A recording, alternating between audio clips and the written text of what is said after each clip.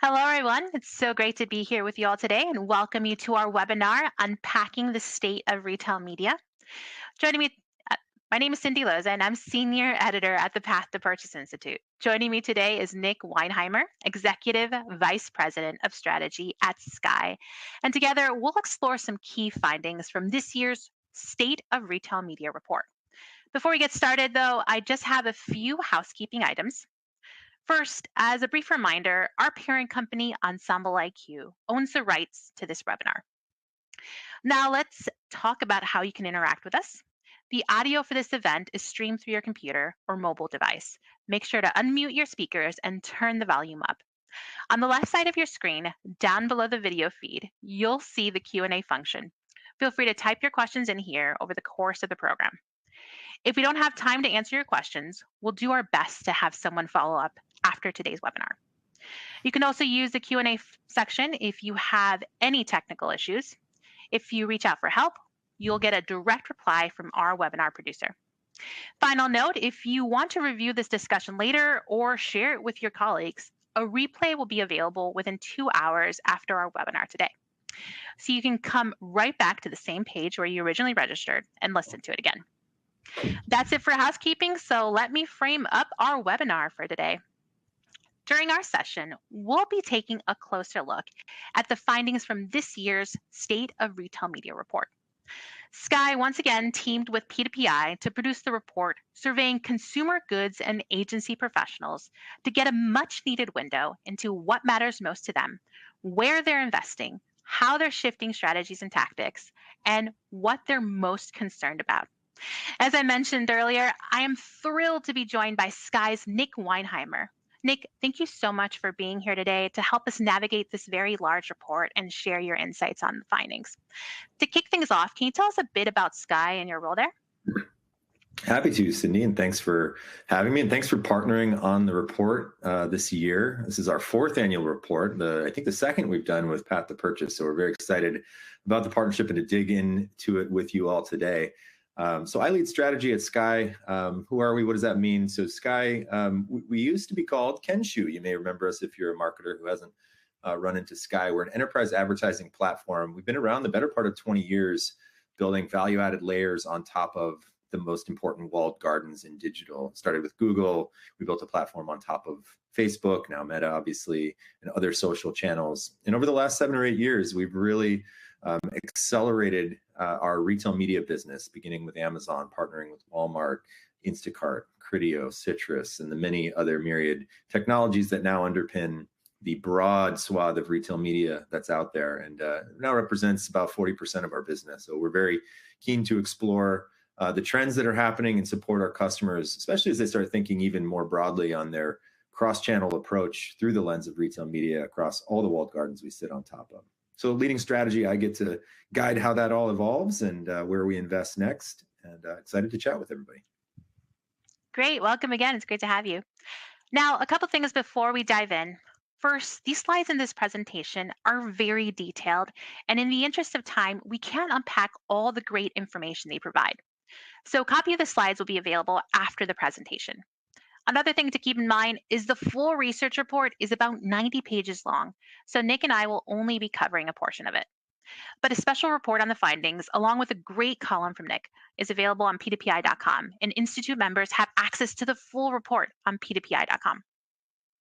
Okay, so let's kick things off with the research methodology for this report. P2PI fielded an online survey of 109 consumer goods manufacturers and agency professionals with brand clients.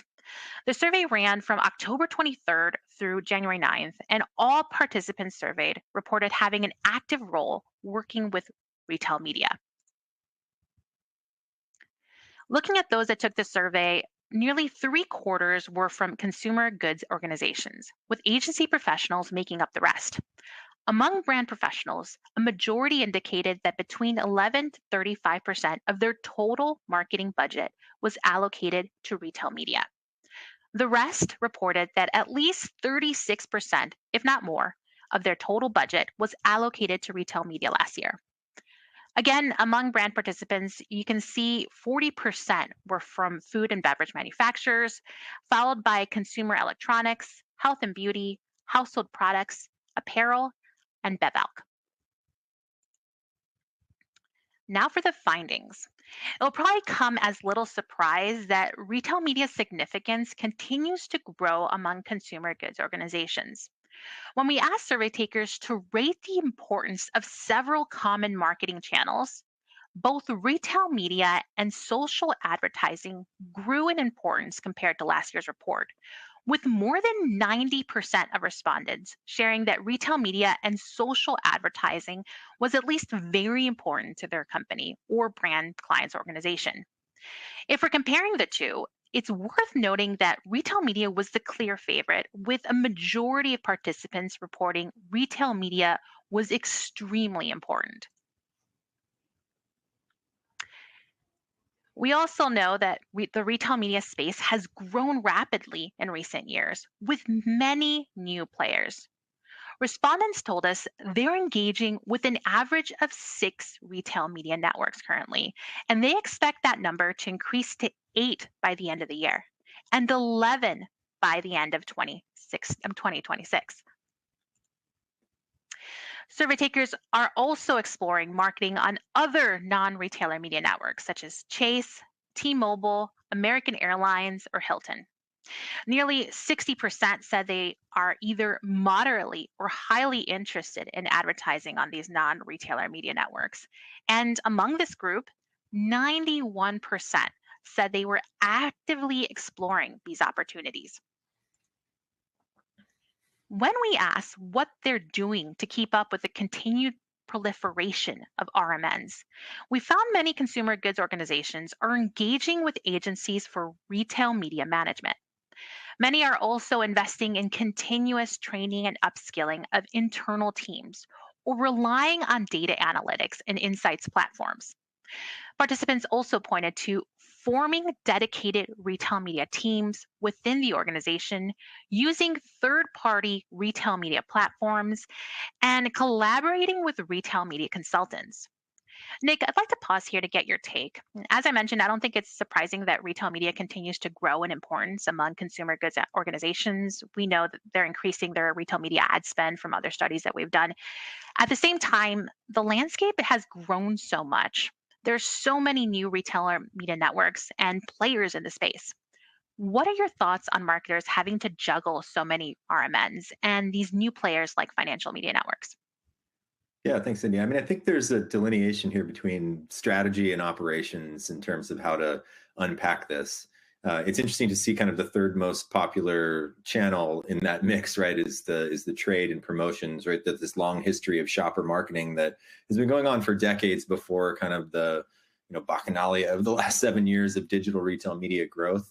And fundamentally, trade negotiations have been going on for years, and even very simply, there've often been trade and co-op and promotional line items in those negotiations that are often just a margin negotiation between brands and retailers. And so in some ways, that's not new. I think the strategy is scaling up as it's becoming more common now to have retail media or the media network portion of a retailer as a much stronger line item in negotiation for those trade promotions.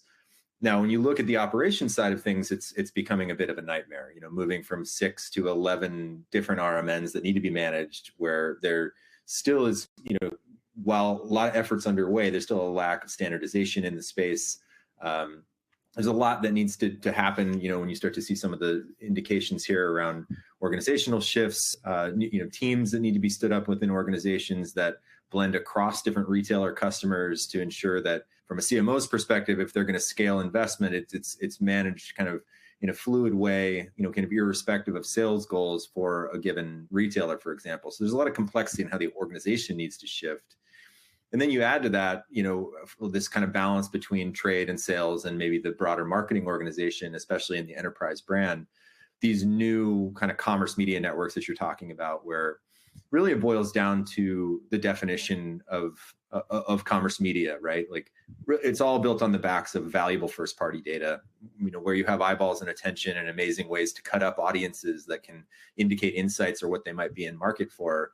There's an opportunity to monetize that. And obviously you're seeing that with airlines. It's been going on for a long time with hotels and sort of their endemic space. But as you think about a product advertiser trying to access, if they know that I bought plane tickets to Hawaii within Chase, I might be a really interesting, potential consumer to serve an ad for a beach towel or a snorkel. So I think there's, we're starting to see a different path through which some of the largest advertisers are leveraging data, effectively renting audiences in a different way than perhaps we saw in the advent of, open web DSPs. So platforms like us, here at Skai, we're really helping to kind of normalize and organize the complexity on the operations side and help drive better data-driven decisions as those strategic decisions are being made within an organization. Thanks, Nich.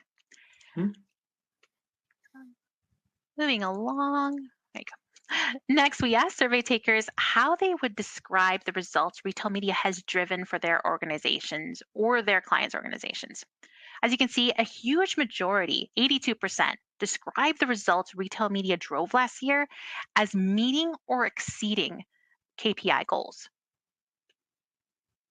When respondents were asked to share what components were part of their current retail media strategy, we found the most often used tactics were retailer DSPs, on-site display ads, search engine shopping ads like Google Shopping, etc., on-site search ads, and social commerce ads such as Facebook Marketplace.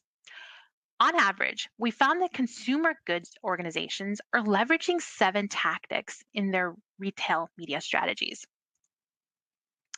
Looking ahead, many leaders expect to increase budgets for several retail media tactics this year.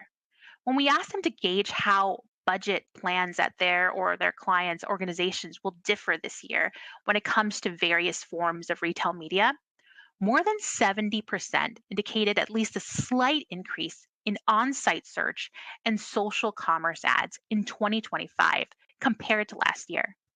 Participants also noted at least a slight increase for retailer DSP, search engine shopping, and on-site display ads, as well as in-store, such as end caps and signage. Nich, we found retail media really drove results last year for those we spoke to. Any surprises here or thoughts on their current retail media strategy and future investment in these specific retail media tactics? It's not super surprising, right? I mean, retail media and leveraging these first-party audience really becomes kind of a measurable safe haven for CPG. And, you look at the respondents and the makeup. And I see we got kind of a question from Michelle at Catalyst, around the breakout. I'm very keen to go even deeper in future reports here to start to tell those stories of the SMB brand versus the enterprise brand and how they respond differently, revenue size being a really interesting breakout. Similarly, I think we could do a whole report on the state of Amazon and Walmart and then the state of the rest of retail media, which is something we've considered as well. But really, this is a space where when pressures, maybe they macro or other, in the market, from a marketing perspective on broader, harder to measure kind of brand initiatives, right? These very measurable retail media networks where now, especially with the case of Amazon, you kind of have a full funnel, highly measurable paradigm where Amazon Marketing Cloud can tell you, effectively just how valuable an impression on CTV was to a sale as the rest of the touch points for that consumer, out on the open web via their DSP or in the on-site ads. So, I think in general, we may see a lot of advertisers broadly, even well beyond retail media, look at, and we've seen this really since COVID, like kind of this notion of wait and see, dependent on some macro signals, like does inflation drop off? Do, geopolitical tensions ease or get worse, right? Or trade wars coming around the corner, such that there's this kind of slush fund opportunity where if things evolve past a down cycle, even intra-quarterly or, within the year, that like extra 20% can be unlocked and we see some spikes and some volatility. So, I think in general, it's not surprising. And it's certainly not surprising to see the kind of mid and upper funnel layers really be added in terms of importance. You see these partnerships struck between Amazon and Pinterest originally, and then Snap and TikTok and Walmart, right? They're discovering that leveraging these publisher clouds and these authentication agreements is really a great way to bring that mid-funnel attention and that traffic into the retailers, where certainly their monetization in the low funnel is very ripe and certainly very measurable. And now with all of that being kind of measured in a deterministic way, brands can start to think about that mid and upper funnel as core parts of the strategy. So it's not really surprising that we're seeing the growth that we see in mid and upper funnel, while also, of course, still seeing on-site search. If there's still opportunity to scale on-site at the lowest part of the funnel, they're going to do that. Great. Looking at budget allocations, we asked survey takers which factors were most important in their budget allocation decisions for retail media. We found that media mix modeling recommendations, following performance measurement, and adherence to joint business plans play meaningful roles in budget allocation decisions. Looking at what would accelerate the organization's investment in retail media in the future, 40% of participants pointed to access to improved insights from retailers or RMNs. 39% also pointed to measurement innovations for better and easier value proof. And more than a third said higher ROI compared to other advertising channels would accelerate retail media investment among consumer goods organizations.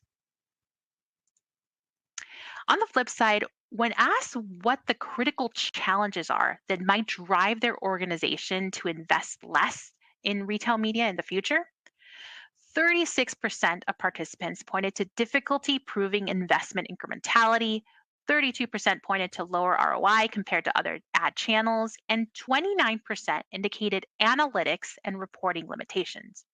Nick, what are your thoughts here on what would accelerate retail media investment and the barriers to investment shared? It's more or less what we heard from survey takers last year. Yeah, and just to the previous comments too, there's always Amazon and maybe Walmart and the rest of retail. Walmart closely behind Amazon, yet still kind of doesn't yet have a fully baked clean room strategy like Amazon's marketing cloud. But for the rest of retail, the narrative is really this access to trustworthy data. Some standardization around how they might be approaching or have been trained to approach retail media from Amazon or Walmart, and then really developing a measurement paradigm that the organization can trust, your brand, the executives that aren't native to media. I mean, even one of our questions, right, it makes a ton of sense, right? There's a lot of acronyms in this space. We got a question, what's a DSP? It's a demand side platform. So the DSP is often used to talk about how marketers buy open web, kind of an open RTB, display ads, CTV, video ads, and then there are kind of demand side platforms like Skai that are, sitting on top of all the performance walled gardens like Google, Meta, all the all the retail media networks, and even some of the upper funnel channels like Amazon DSP. So I think what's going to unlock investment, it's really standardizing access to the data sets across all these retailers, normalizing the technologies that are used to develop the measurement tools and measurement paradigms, that organizations will trust. And then really that rolls up, and we'll talk a little bit more about incrementality later, but defining what is truly incremental to your organization on the backs of these scaled investments. And there's a lot of claims out there. We've got the silver bullet for incrementality or IROAS or IROI. And we believe that kind of leveraging technology, you can come up with a paradigm, and it might be unique. And we'll talk a little bit more about that later, even unique to a specific product. But I feel like it's going to be a lot of this discretionary wait and see, a lot of macro trends. If the supply chain gets challenged by costs within this, that affect your landed cost, that could affect, the discretionary kind of 80-20 concept on budgets. So you kind of have like one hand on the budget spigot for growth and the other kind of scrolling updates on kind of macro news, and certainly, getting the pressures from your internal organizations if some of your baseline costs change. Great. Yeah, and please keep the questions coming. All right. So now consumer goods organizations seem to be more savvy, or at least more confident when it comes to retail media. When we asked survey takers to describe their teams or their brand teams' clients, retail media maturity, more than half indicated it was above average, while 17% classified it as extremely sophisticated. Even better, a notable shift from last year's report is consumer goods organizations' aptitude when it comes to incrementality measurement. When asked to describe their or their brand clients' proficiency in incrementality measurement, 56% of those we spoke to indicated they're either good or extremely good at measuring incrementality and applying the insights, and only a third described their expertise at a basic level. Despite the growing proficiency, though, incrementality continues to be defined in several different ways by marketing leaders. The most common definitions participants pointed to were ad attributed conversions of new to brand customers and serving ads where products aren't already showing in organic results. There are also still challenges to implementation. When asked about the challenges they faced when trying to implement incrementality measurement, respondents pointed to several issues, including concerns about the accuracy and reliability of incrementality results, extensibility of incrementality measurement across ad types, targeting methods, retailers, etc., limited tools or technologies that support incrementality measurement, and lack of standardization. Nick, I'd love you to weigh in here because on one hand, we have marketers telling us they're above average in their retail media maturity, and even better, more than half said they're either good or extremely good at measuring incrementality and applying the insights. On the other hand, we still have different definitions of incrementality and multiple challenges implementing incrementality measurement. What are your thoughts here, and what advice do you have for those working through these challenges? Yeah, absolutely. And we did have a question kind of come in around in-store retail media and the same critical challenges, right? And we saw in-store retail media mentioned in some of the tactics. And I think what we're seeing right now, especially as trade negotiations are including broadly the investment in marketing and media with the advent of kind of digital retail media, we're seeing kind of a tunneling under the mountain between the traditional shopper initiatives of in-store with what's happening with digital. And in a lot of cases, needing to handle those as sort of one broad notion. And what's challenging is that digital media tends to usually be a little bit easier to measure just because there are more signals, there's more deterministic clicks and conversions that you can show the effect of the media. With upper funnel tactics in general, and you see this through the history of TV, you're looking at lift studies, you're seeing you're doing holdouts in stores and things like that to try to figure out, did that end cap drive incremental sales, right? Which is a good segue into discussing incrementality, especially as you think about the complexity of an omni-channel narrative here. We talk a lot about measurement paradigms, right? Not a singular notion of incrementality or some silver measurement bullet. Really in that, like each brand, even each product might have a different set of KPIs that are important for where the product sits importance in the brand's catalog or where it is in its life cycle, if it's a new product launch or a hero product that you've had for years, and ultimately how all of those different pieces, constituent parts roll up into or blends with like a category strategy. So brands really need to have, the right partners. You talked a lot about the expertise they're looking for, whether tech providers, clean rooms, platforms like ours, right, where you can work together to develop more bespoke paradigms on almost a per product basis. Those products then might need per retailer, focuses or different KPIs, right? One retailer might be more for sell-through, another might be more premium, liquidation, et cetera. So even delineating into the product group catalog, right? You start to think about how you create different and unique approaches, leveraging different parts of why we, of an incrementality storyline to derive a paradigm. And then you kind of have to figure out how to blend and roll that up into a way you can measure and, message to the organization, notions like category share, et cetera, within a given retailer.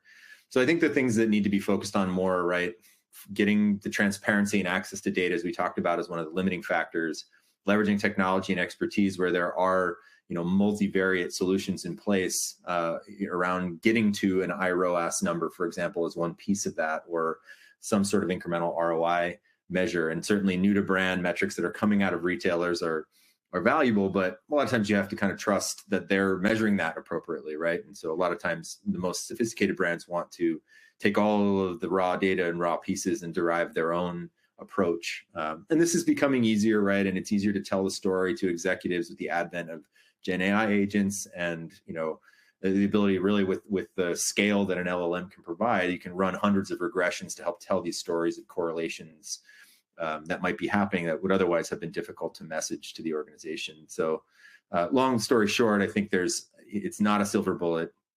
there are layered approaches here, and it needs to leverage technology and be rolled up in such a way that you value the specific nature of a given product per retailer. Great. Thanks, Nick. Mhm. Shifting to CTV, we asked participants to identify the most significant opportunities in using CTV within retail media. More than half of survey takers pointed to opportunities like enhancing brand awareness and perception, increasing engagement through dynamic content, and utilizing data driven targeting and personalization. Of course, there are some challenges to navigate here too. When we asked about the difficulties they have faced incorporating CTV into their retail media mix, a majority of participants pointed to budget limitations as well as challenges in measuring and tracking effectiveness. Also called out was limited availability of actionable data and complexities in technical integration in existing platforms. We also asked about obstacles they've encountered when integrating offsite media into their core retail media strategy. As you can see, a majority, 58% of those we spoke to, pointed to limited budget allocation.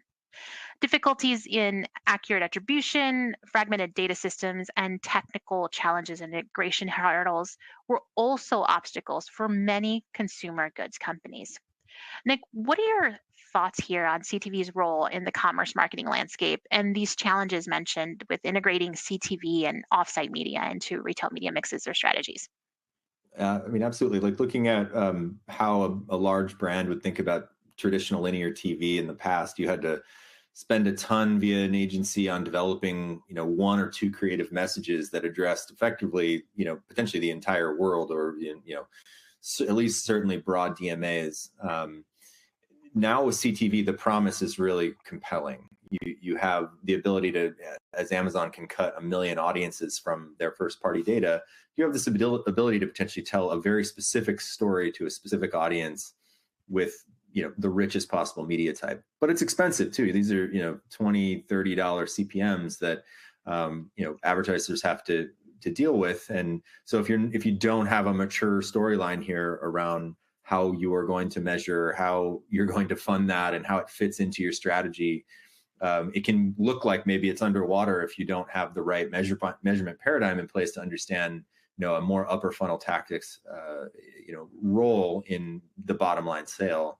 So I mean, I'm somewhat media and funnel agnostic. I think at this point, we're moving toward an era in the next 5 to 7 years, maybe call it retail media 3.0, where you can really define retail or commerce media as just the largest brand manufacturers and the enormous long tail brands renting the gold of retailer first party data, with full funnel tactics. Like it's not a delineation between on-site and upper funnel and CTV, especially if you look at it through how Amazon has kind of trained the market with their media and kind of retail stack and Amazon, marketing cloud clean room.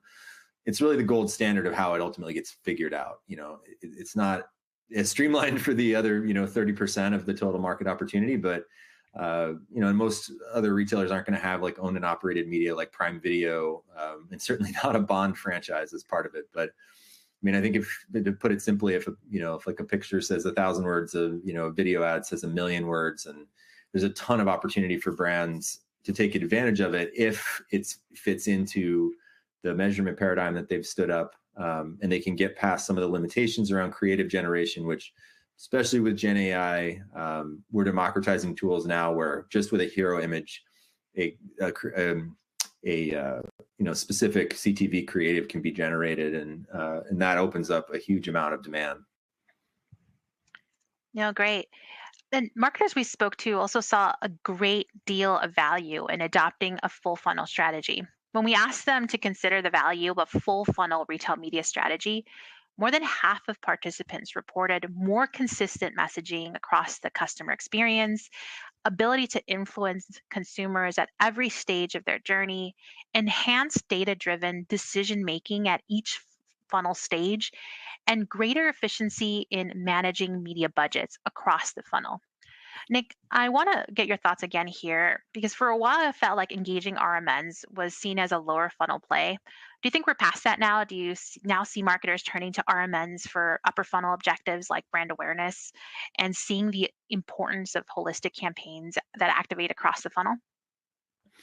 Yeah, and if we actually even had a question I think that just touched on how upper funnel tactics can drag down lower funnel iROAS, right? And that speaks to me more to kind of the measurement paradigm in place, right? Of you know really thinking about a whole funnel strategy of, are you putting eyeballs into the top of the funnel? Are you measuring growth in the category? Is your iROAS,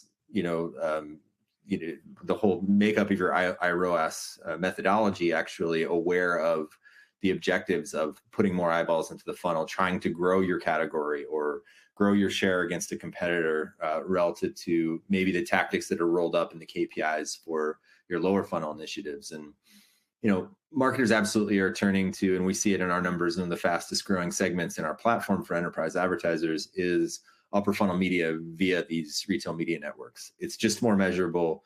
We're seeing a linear correlation broadly in the market between the decline of linear TV and the acceleration of CTV, and tying this again together within a walled garden with closed loop attribution. Again, looking at like the Amazon Marketing Cloud as a bit of a gold standard here. You kind of compare it to the history of Shopper and in-store, right? Another question we had, from Nicole Aquad is around like this investment in in-store digital media. It's a lot harder to measure when it's not connected to a consumer. If the consumer doesn't tap and make themselves known that they received that impression, let alone that they went and converted on that product, which is one of the biggest limiting factors to in-store digital, is that you don't have that click and conversion. There are kind of sideways ways of using near field and kind of other approaches to assuming that there was an impression for the consumer. But until we have a more standardized way to tap a phone on a digital screen next to a product and then know at checkout when they put their loyalty information in that they did indeed buy that product, we're going to be limited on in-store digital scale. But upper funnel objectives are absolutely becoming just core for these large brand advertisers via this retailer data, largely for the reasons previously mentioned. Is just so much more measurable. There's a ton of scale here. The cuts of the audiences of what Amazon or Walmart or some of these others know about what these consumers are about to buy. It's a very valuable data set against which to target open web display and video and CTV. Thanks, Nick. Mhm. Looking now at different technologies, we asked survey takers how they would describe their maturity in using AI within their retail media programs. 42% shared they were highly mature. Breaking it down further, 32% described their maturity in using AI within their retail media programs as above average, and 10% said they were extremely sophisticated. A majority of those we spoke to also shared they were currently using data clean rooms. 30% described their usage of data clean rooms as moderate, 29% said it was extensive, and 6% pointed to full integration and dependence. I have to note that this is a huge jump from last year when only 29% said their usage of data clean rooms was moderate, and less than 10% said it was extensive or fully integrated. Following up, we asked those using data clean rooms what difficulties they face with them. We found that the most common challenges included integrating into existing optimization and analysis practices, which jumped up significantly as a challenge from last year. Also, lack of internal technical expertise, scaling analysis and operations as new data is collected, joining data with additional sources, shelf analytics, etc., and driving actionability from the data and insights. Nick, what's your take here on the usage of data clean rooms increasing compared to last year? And what advice do you have for those navigating these challenges with data clean rooms? Yeah, it's a big story. I mean, I also love the AI jump as well. I mean, we've spent 2 years working heads down on some really exciting stuff with our AI, Gen AI storyline, and so stay tuned on that.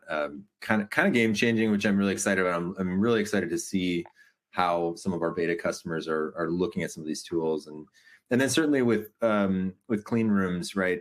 It's we're in this big paradigm shift. I think you've seen the largest brand organizations, even the largest retailers for their part, as they're undergoing major change management with the advent of media businesses being kind of thrust upon their organizations.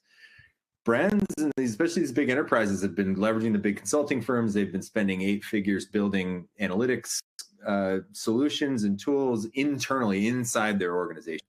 Those things are often not as flexible. They like serve the very specific purpose of the organization as it was over the last 3 years, but not necessarily with all of the flexibility and openness to where the world is going for privacy safe data collaboration. So I think what we're seeing now is that we're going to have a big shift in where that analysis happens. It's going to happen in between organizations as opposed to just inside organizations with data lobbed over the walls between each to try to get the jobs done.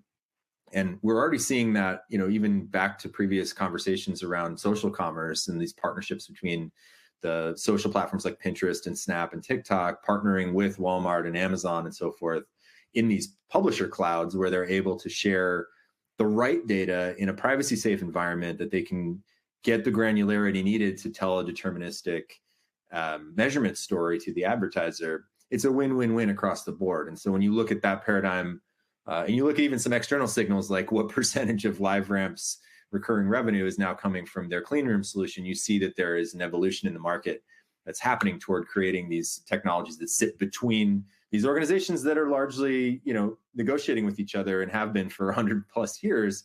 They're not going to share all the data with each other, but they do need to share some data. And the better that they do it in a privacy safe way, the better they're going to unlock the growth they both care about, which is better sell-through, better leveraging of the media, creating that win-win-win.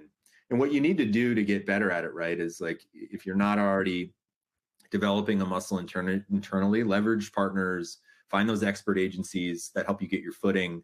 And then once you have that footing, you can right house how much of that you own in your organization. But you also have to focus a ton on your own internal politics, right? Like, I love this top level one here, the integrating into existing optimization analytics or analysis practices or internal technical expertise, right? Governance on data. Can I even get access to that data in my organization where I'm at the tip of the spear of needing to tell this clean room story, but they don't care. They're not the ones that are responsible for driving the media, growth and the sales growth through this channel necessarily. So once the C-level starts to realize that that's required, we start to see more unlocks on governance. And it requires these change management executives, especially inside the retailers, to think about unlocking data sets and figuring out how to control and make those privacy safe and where they'll lean in. Those are often the biggest hurdles, is just how the organization is willing to wield the data. Once it's wieldable, the clean room partnerships, the technologies, the agencies can sprint with you. Great. Thanks, Nick. I love your insights. The last 2 charts relate to single management platforms. We asked survey takers to what extent is it important for them or their clients to consolidate all their retail media programs into a single management platform. As you can see, nearly 3 in 5 leaders, or 57%, think it is important they consolidate their retail media programs into a single platform. This is driven by senior leaders and those in the consumer electronics category. When we asked what they would aim to achieve by consolidating retail media programs in a single management platform, nearly 40% pointed to better performance tracking and measurement, and a third reported enhanced operational efficiency. Also called out was streamlined management and execution and optimized ROAS. Nick, what are your thoughts here on nearly 60% of survey takers indicating it was important to them to consolidate their retail media programs into a single management platform? Well, I tend to agree. I do work at a place like that. I represent that comment. So obviously, more than happy to chat if this is ringing fresh for anybody here on what we've been bringing to market. I mean, it's very interesting to see how, again, these major reasons of why to consolidate into a single platform. You look at our history, we had to have incremental value on top of a single giant like Google. It was a better bidding algorithm, or some slightly better, more streamlined reporting, or it was because we had Google and Bing in one place. And then within social, a slightly different storyline, maybe some creative AI, some better bidding, right? As retail media has expanded, it's really become much more of a one to many demand side platform challenge or opportunity, I guess, across all these propagating walled gardens, I guess. Um, we're here really to help alleviate that. How do you normalize apples, oranges, and pears in one platform, even just in some of the metrics that are used or the attribution windows?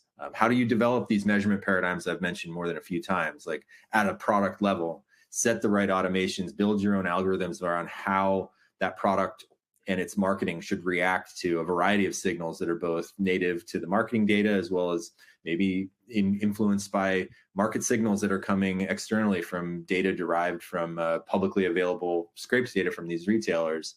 And then how do you communicate and tell that story up to a brand or an exec or a brand owner or executive that make the lives of the marketer ultimately, who often sits in this code switching role of needing to speak in zeros and ones and campaign strategy, but also be able to tell a data-driven story to that brand owner or that executive about why they should invest more and how they got to their answer, right? We always have to show our work. So I think that's what we're seeing here, is that there are some just baseline one-to-many challenges, but as it becomes more complex, you need to set automations. You need to be able to streamline how you execute. And it can't be a linear correlation with throwing bodies at the problem. Your organization can't afford that many FTEs, right? So there's a reason why we leverage all this software that we do, right, to become more efficient. And I think we're seeing kind of this advent of this need for a media ERP, which is interesting to see how even our organization and those like us have evolved to meet these challenges. Before we wrap up, any final thoughts, Nich? Like, what do you hope marketers take away from this year's report? Yeah, I mean, we're obviously seeing that retail media isn't slowing, but kind of with the growth comes a lot of complexity. That the space continues to be fractured, and not only that, but it's fracturing even more. But this isn't new, too. I mean, when we look at the history of kind of programmatic, right? I mean, first of all, before I get into that, I mean, I think the themes that we're seeing here, right? Investing in people in our internal teams, in our change management, in the technologies or the consulting or agencies that are required that are going to help us ultimately in our negotiation or our conversations with the retailers, if we're from the brand perspective. But I think we are seeing signs of this space moving toward this more kind of programmatic approach. If again, questions about DSP, akin, almost a synonym, right? Programmatic is this ability to buy and, push ads really anywhere where a consumer is across a variety of different, unique supply or websites, for example. And in this case, across potentially dozens or even in the future, hundreds of unique walled gardens, unique retailers, or commerce media networks. That fractured nature, I think we're going to start to see this programmatic approach such that your organization is going to have to think through how they employ that logic cross retailer customer partnerships. How do you move those budgets more dynamically intradaily when a signal comes in, like competitors out of stock on retailer A, but retailer B, has more budget. So maybe there's an opportunity in that tiny window, right? And those are signals that are not going to happen with a human intradaily, intra-hourly. That's going to happen because a computer is getting those signals and it's programmatically able to shift those budgets around or change those bids. So I think we're moving in that direction as the space standardizes and as it becomes, as an emergent system, it's going to be complex and require a streamlined approach. And being on the cutting edge of that for your organization is only going to create advantages. And it's what we've seen throughout the history of the advent of retail media inside Amazon. If you were an early adopter of a feature inside Amazon, you took share in your category, period. And ultimately, I think key takeaway, we loved partnering with Path to Purchase. Cyndi, thank you so much. You're a great host and editor. And I hope to see folks at Shop Talk if you guys are going at the end of the month. Thanks so much, Nich. I'm afraid that's all the time we have today, so we'll have to wrap things up. I'd like to again thank Nich for his valuable time and sharing his industry knowledge. Thank you so much for taking questions as they came in. And I'd be remiss if I didn't mention two upcoming events that are coming up. First is our flagship Retail Media Summit event in Rosemont, Illinois, May 6th to the 8th. This event sells out every year and is right around the corner. And if you're joining us today, I can assure you it is not one to miss. Our next event after RMS is our in store marketing forum, which will be held in Chicago August 19th through the 20th. This is a highly curated 2 day event designed for those ready to lead the next era of in store shopper experiences. Hope you can join us at both. Finally, I'd like to thank you all, our attendees, for devoting some of your valuable time with us today. We hope you found it worthwhile. Please make sure to take the satisfaction survey and let us know what topics you would like us to tackle in the future. And remember that this webinar will shortly be available on demand, so you can listen to it again if there are things you want to check back on or you want to share the learnings with your colleagues. That covers everything. Please have a great day, and we hope to see you back here again soon.